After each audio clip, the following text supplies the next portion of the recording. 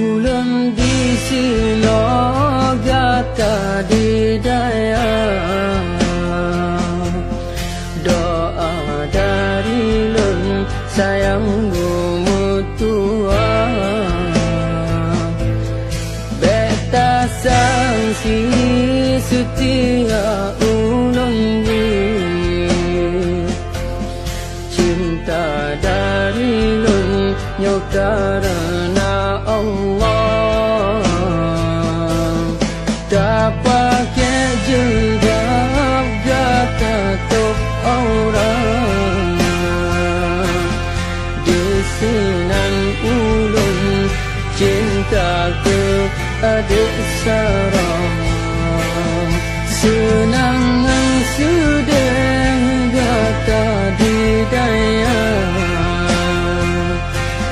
yang masa depan yang Allah ridha.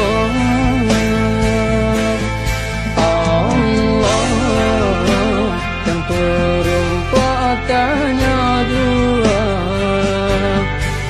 ubah sifat karena gata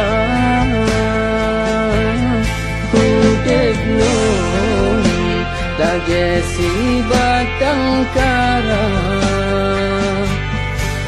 tapi tak cinta dengan lapang dada.